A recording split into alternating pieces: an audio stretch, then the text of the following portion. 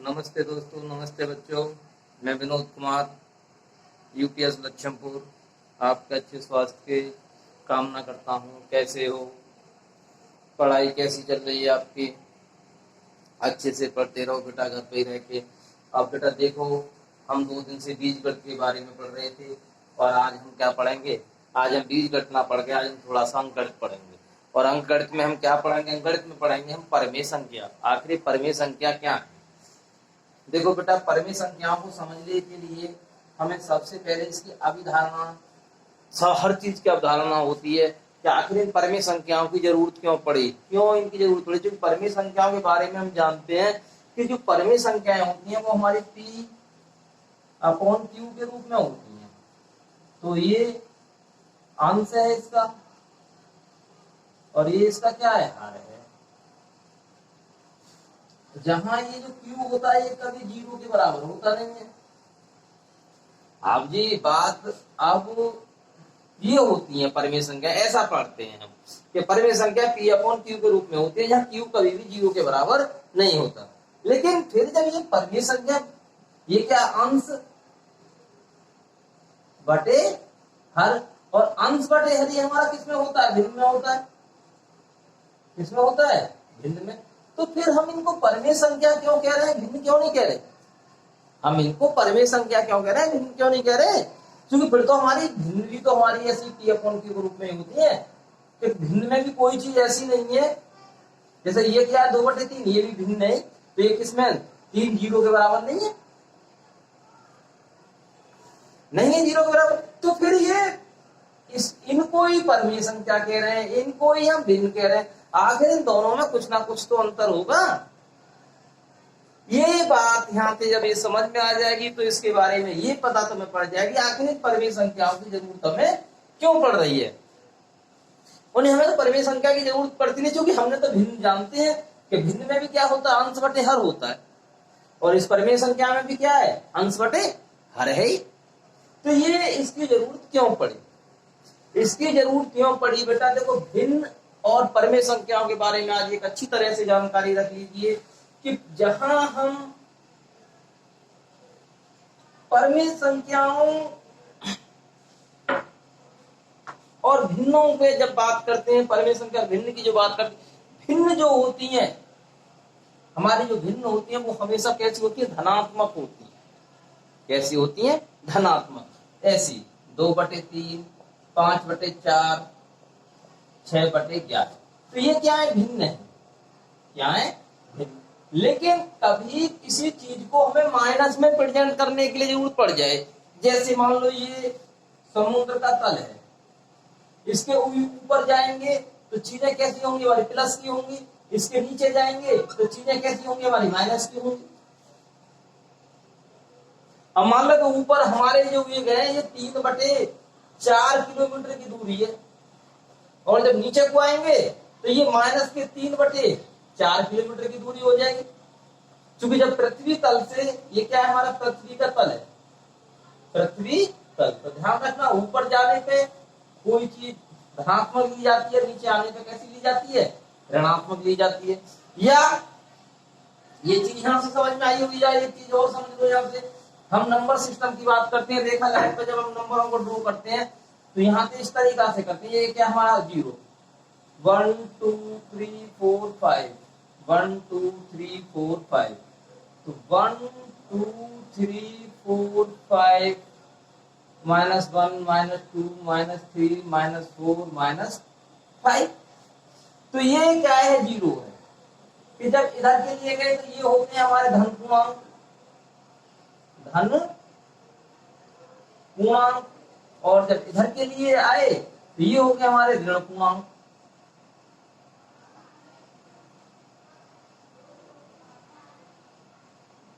ऋण पूर्णांक। तो देखो यहां से क्या निकल के आया कि यहां इधर गए माइनस के, इधर हैं प्लस के। तो जो हमारे जो भिन्न होती हैं वो कैसी होती हैं? धनात्मक होती हैं। कैसी होती हैं? धनात्मक होती हैं। और जो हमारी परमेय संख्या होती हैं वो धन पूर्णांक भी हो सकती हैं और ऋण पूर्णांक भी हो सकती हैं। अर्थात कि जैसे हम किसी संख्या को, जितने भी हमारे पूर्णांक हैं अर्थात ये जो हमारे पूर्णांक होते हैं यही हमारे क्या परमेय संख्या है। क्या है हमारे परमेय संख्या। जितने भी पूर्णांक हैं सभी क्या है, सबको परमेय संख्या के रूप में लिख सकते हैं। जैसे माइनस के 5 है तो हम इसके नीचे 1 लिख सकते हैं, तो ये क्या होगी, एक परमेय संख्या होगी। इसके लिए हम ये ना कि ऋण परमेय संख्या कहेंगे, कुछ नहीं, ये क्या है 5/1 क्या होगी, परमेय संख्या होगी। लेकिन 5/1 ये हमारी भिन्न नहीं है। अर्थात जो पूर्णांक होते हैं यानी कि विपरीत परिस्थितियों को प्रेजेंट करने के लिए, यानी कि एक जैसी परिस्थिति है तो हमारी वहां भिन्नों की जरूरत पड़ती है, भिन्नों से काम चल जाता है। लेकिन जब विपरीत परिस्थिति आ जाती है तो वहां क्या किस चीज की जरूरत पड़ती है, क्या करें, तो वहां हमें जरूरत पड़ी किसकी, परमेय संख्याओं की। तो यहां से अब तुम्हारे क्लियर हो गई होगी कि अब हमेशा ध्यान में तुम्हें रखना है, तुमसे कोई भी पूछे कि भिन्न और परमेय संख्याओं में क्या अंतर है, तो बता सकते हो कि सर जो भिन्न होती हैं वो हमेशा धनात्मक होती हैं, और परमेय संख्या धनात्मक भी हो सकती हैं और ऋणात्मक भी हो सकती हैं। अर्थात हम ये कह सकते हैं कि जो परमेय संख्या हैं सभी भिन्न परमेय संख्याएं हो सकती हैं, परंतु सभी परमेय संख्या भिन्न नहीं हो सकती। क्लियर हुई बात। दोबारा से और एक बार एक लाइन को चाहो तो मैं उसमें लिख देता हूं लैंग्वेज में, सभी भिन्न परमेय संख्या होती है, परंतु सभी परमेय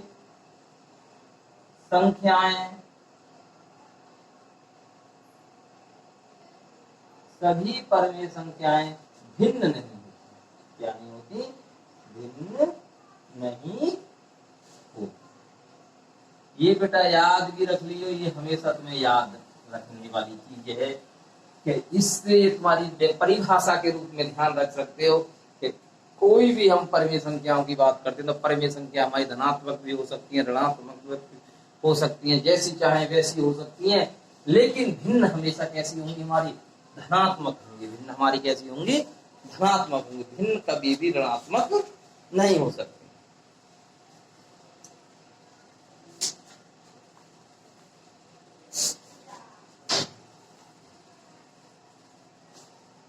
तो सभी पूर्णांकों के लिए मैं भी बता चुका, जितने भी पूर्णांक हैं सबको हम किसके रूप में प्रेजेंट कर सकते हैं, भिन्न उसमें परमेय संख्याओं के रूप में क्या कर सकते हैं, लिख सकते हैं, बना सकते हैं। अब परमेय संख्याओं की बात चल रही है, लिख सकते हो आराम से। कोई पूर्णांक ले लें, हम कोई क्या ले लें, पूर्णांक ले लें। जैसे पूर्णांक क्या ले लें, जैसे हमारा 11 एक पूर्णांक है, अब इसके नीचे 1 लिख दो, ये परमेय संख्या हो गई। अब इसे क्या लिख दो, 11/2 लिख दो, परमेय संख्या हो गई। 3 लिखो तब ये क्या होगी, परमेय संख्या होगी।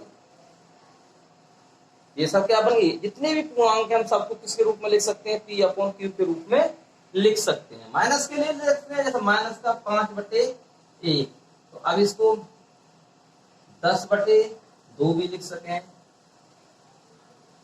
15/3 लिख सकते हैं। ये सब क्या हो गई, परमेय संख्या हो गई। सब क्या हो गई, परमेय संख्या। तो अब यहां से अब आगे को हमारी चर्चा करते हैं कि जो परमेय संख्याएं होती हैं, परमेय संख्याओं के 2 महत्वपूर्ण क्या होते हैं, प्रगुण होते हैं, मतलब 2 नेम होते हैं। क्या होते हैं, परमेय संख्याओं के 2 नेम होते हैं।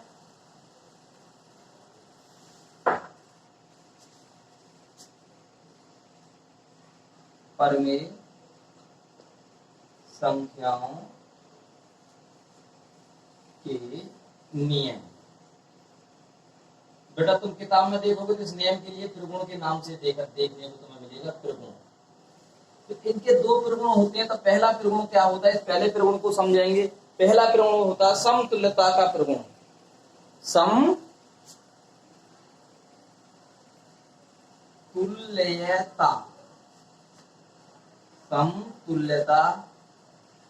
का नियम, समतुल्यता का नियम।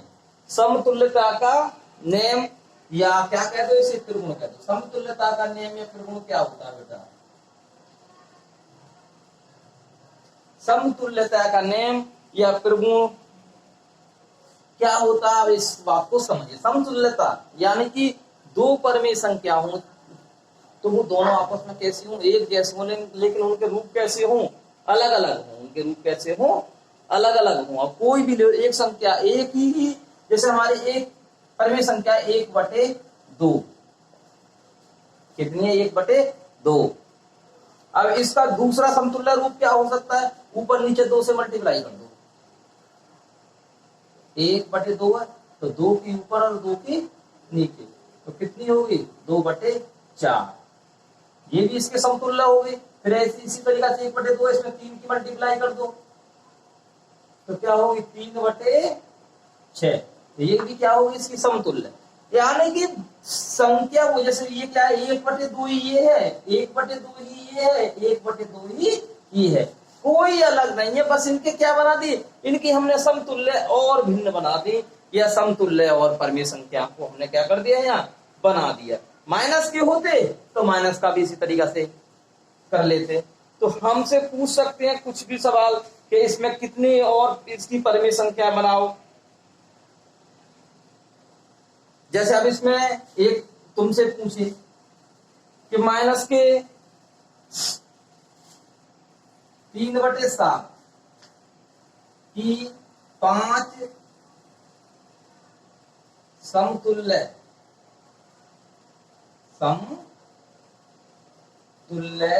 परमेय संख्या लिखो। परमेय संख्या लिखो। किसकी लिखवा रहे हैं? अब इसने दिया है माइनस के 3/7 की कितनी संख्या लिखवा रहे हैं? 5 समतुल्य संख्या। तो सबसे पहले कैसे करेंगे बेटा? ये 3/7 है तो इसमें एक तो ये है, अब एक तो ये है। दूसरी संख्या निकालने के लिए क्या करेंगे? मैंने तुम्हें बताया था कितनी की? 2 की गुणा, तो 2 की ऊपर और 2 की नीचे, तो 3 दूनी 6, 7 दूनी 14, 2 हो गई। तीसरी संख्या निकालनी है, 3/7, 2 की गुणा हो गई। अब किसी गुणा करेंगे? 3 की, तो 3 की या 9 और 3 सत्ते 21। चौथी निकालनी है तो किसी गुणा करेंगे? 4 की, 3/7, 4 की ऊपर 4 की नीचे, तो 4 की या 12, 4 सत्ते 28। अब एक और निकालनी है 5वीं, तो किसी गुणा करेंगे? 5 गुणा करेंगे। कितनी की 4 की होगी? 5 ही करेंगे। 5 5 या 15 और 5 सत्ते 35। तो ये बेटा ये जितनी भी संख्या है जो बनी है ये सब क्या है? इसी की समतुल्य संख्या है। इसी की क्या है? ये समतुल्य संख्या। इसी को क्या कहते हैं हम? समतुल्यता का नियम कहते हैं। आ गया समझ में? एक नियम तो ये हुआ समतुल्यता का। समतुल्यता का नियम करने के लिए समतुल्यता के प्रगुण में सीधी सी बात ये है कि कोई भी संख्या उसके समतुल्य संख्या और लिखवा रहा है तो पहले 2 से ऊपर नीचे मल्टीप्लाई करेंगे, गुणा करोगे, फिर 3 से, फिर 4 से, फिर 5 से, फिर 6 से, जितने वो लिखवा रहा है उतने बार उसमें क्या कर दोगे? गुणा कर दोगे। ठीक। आप समतुल्यता का और भी देख सकते हैं। एक और सवाल, और दूसरा सवाल कैसे हो सकता है?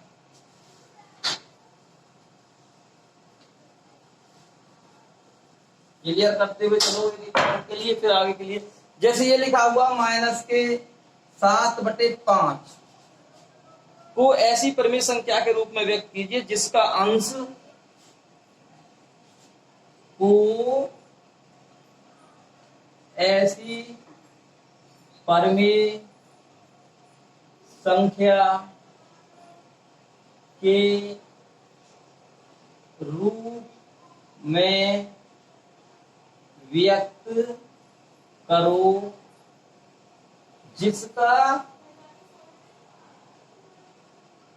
अंश -14 हो। जिसका अंश -14 हो। ये क्वेश्चन दे दिया जी उसने। अब हमारा इसको हल करना है। कितनी है? 7/5 है।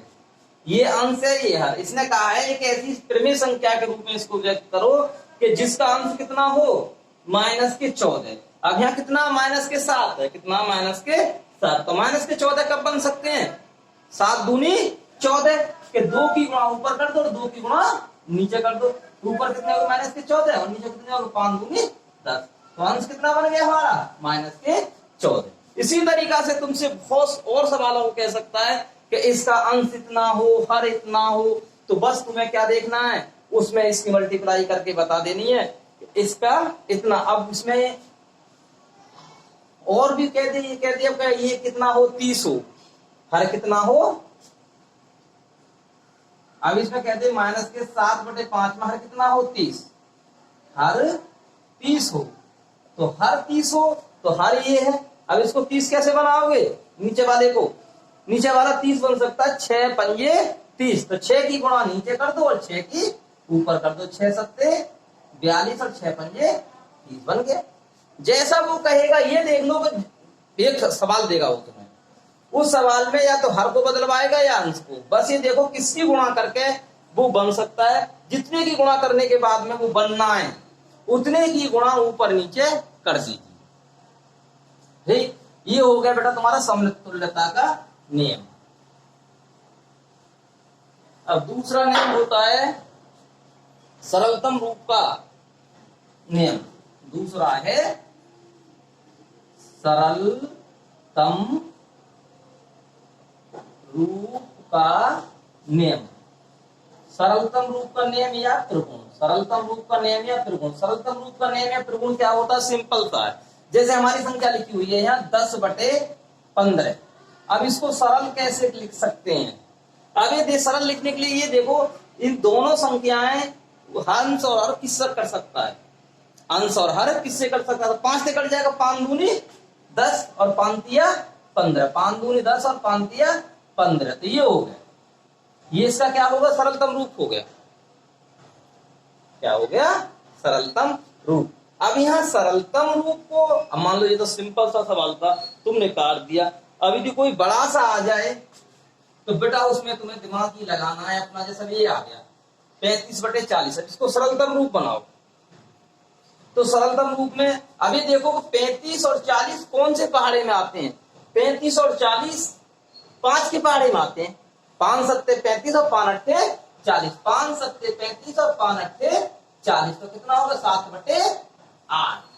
सरलतम रूप का यहाँ मतलब ये है कि हम जो परिमेय संख्या दे रखी है उसमें भाग देंगे और भाग देने के बाद में वो है अभाज्य संख्या के रूप में आ जाए, वो और छोटी ना हो सके, चाहे वो माइनस की हो या प्लस की। जैसे 8/-14।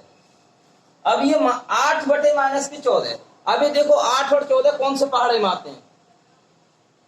8 और 14 कौन से पहाड़े में आते हैं? 8 और 14 दो के पहाड़े में आ जाते हैं। 2 चौक 8 और 2 सत्ते 14, तो 2 चौक 8 और 2 सत्ते 14, तो ये हो गया बेटा 4/-7। लेकिन यहां एक बात को तुम्हें ध्यान रखना पड़ेगा, जब हम किसी ऋणात्मक परिमेय संख्या को सरलतम रूप में लिख रहे हैं तो वहां कभी भी जो हर है वो ऋणात्मक नहीं छोड़ा जाएगा। हर को कैसा बनाना होगा हमें? धनात्मक। हर को कैसा बनाना होगा हमें? धनात्मक। हर सदैव कैसा होगा हमारा? धनात्मक। अब ये हो गया। अब देखो इस हर को अब यहाँ समस्या यही, तो इस चीज को दिखाई दिया जब ये बात समझ में आई कि ये कैसा है, माइनस का, इतना नहीं छोड़ सकते इसे। अब बेटा ये माइनस है, इसको प्लस कैसे करें? कल मैंने तुम्हारे लिए बताई थी, गुणा के नियम बताए थे। माइनस की माइनस में गुणा करते तो क्या हो जाती? Plus plus minus plus minus और प्लस प्लस प्लस। अब यहाँ क्या है? प्लस बनाना है तुम्हें, नीचे वाले को क्या बनाना है? प्लस। तो इसमें क्या करते हैं? माइनस की गुणा करते हैं। किसकी करते हैं? माइनस की। तो एक की गुणा करने से या ना करने से किसी संख्या पर कोई फर्क नहीं पड़ता। तो क्या करें? -1 की गुणा नीचे कर दे और -1 की गुणा ऊपर कर दे। तो माइनस ये प्लस ये माइनस ऊपर, तो माइनस के 4 हो गए, माइनस माइनस क्या हो गए? प्लस। बन गए। क्या हो गया? बन गया। तो सरलतम रूप बनाते समय इस बात का विशेष ध्यान रखोगे कि कभी भी नीचे वाला क्या ना हो?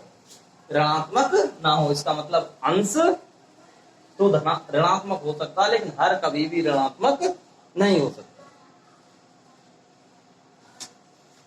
अब देखिए भाई और क्या,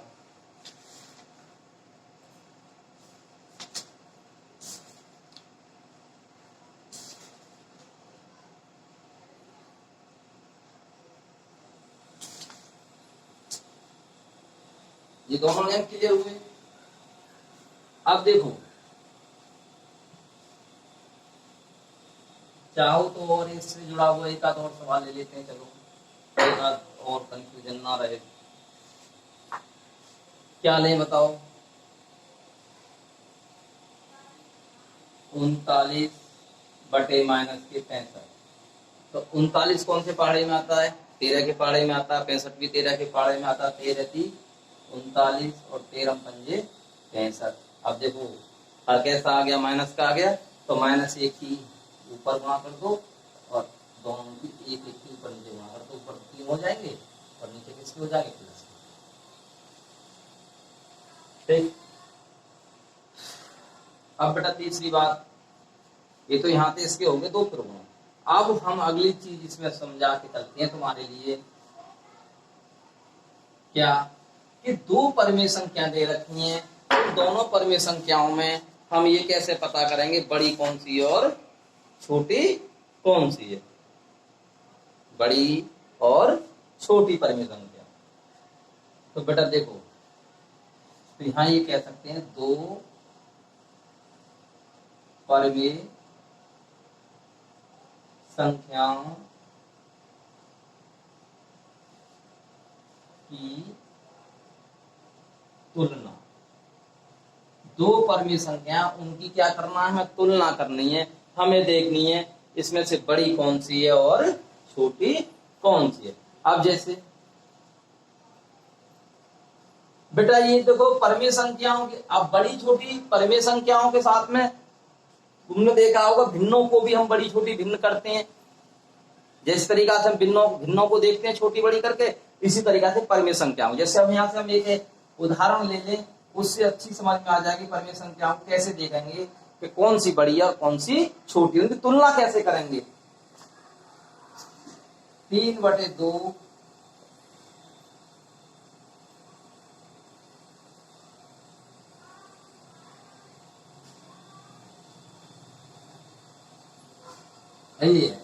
में कौन सी संख्या बड़ी है? ठीक। अब बेटा ये संख्या है 3/2 -5/6। अब इनमें हमें देखना है इनमें बड़ी कौन सी है, छोटी कौन सी है। ठीक। अब बड़ी और छोटी देखने के लिए सबसे पहले जो इनके अंश दे रखे होते हैं, अंशों को क्या करते हैं? हम बराबर करते हैं। अंशों को क्या करते हैं? हम बराबर। अंश बराबर कैसे करते हैं? अंश बराबर करने के लिए हम इनका क्या लेते हैं? लसागु लेते हैं, एलसीएम लेते हैं। तो 2 और 6 का क्या लेंगे? लसागु। 2 और 6 का लसागु कितना आ गया? 6। कितना आया? 6। तो 2 को 6 बनाने के लिए कितनी गुणा करनी पड़ेगी हमें? 3 की। तो 3 की गुणा नीचे और 3 की गुणा ऊपर। और 6 को 6 बनाने के लिए 1 की गुणा नीचे और 1 की गुणा ऊपर। तो यहां से कितनी आई? 3 दिया 9/6 और -5/6। दोनों संख्या को हमने देख लिया। दोनों के नीचे वाले क्या हो गए? बराबर हो गए। क्या हो गए? बराबर। अब इसमें बड़ी कौन सी है? तो वाला आराम से 1 सेकंड में कह देते हैं सर 9/6 बड़ी है। कितनी? 9/6 बड़ी है। लेकिन बेटा ये गलत है। ये क्या है? गलत है। क्योंकि हमेशा ध्यान रखना है तुम्हें, जब संख्याओं पे माइनस का निशान लग जाता है तो वो संख्या क्या हो जाती है? छोटी होती चली जाती है। क्या होती चली जाती है? छोटी। अब इसी चीज को समझने के लिए यहाँ -1 लिखा हुआ और यहाँ -10 लिखा हुआ है, तो बेटा ये संख्या तो कैसी है? बड़ी है। और ये संख्या कैसी है? छोटी है। छोटी। तो माइनस का चिन्ह लगने के बाद में संख्या कैसी हो जाती है? हमारी छोटी हो जाती है। कि जितनी भी संख्या है माइनस की जो संख्या है वो 0 से क्या होती है? अब यहाँ ऐसे लिख दे तो यह 0 बड़ी है और माइनस के 10 कैसे हैं, छोटे हैं। अब इसी तरीका से ये माइनस के 5 है, ये क्या माइनस के 5 और ये माइनस के 10 है, तो ये माइनस के 9 कम है और ये ज्यादा है, ये ज्यादा। तो इसका मतलब ये हुआ इन दोनों में ये वाली कैसी होगी, बड़ी, और ये कैसी है, छोटी। तो माइनस के 3/2 छोटा है माइनस के 5/6 से।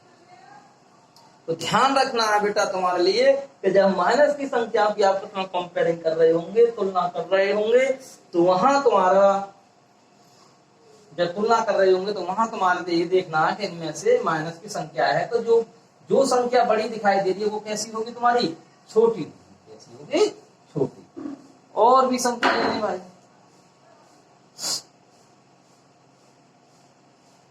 देखो एक आधा एग्जाम्पल मिल जाए तो मुझे।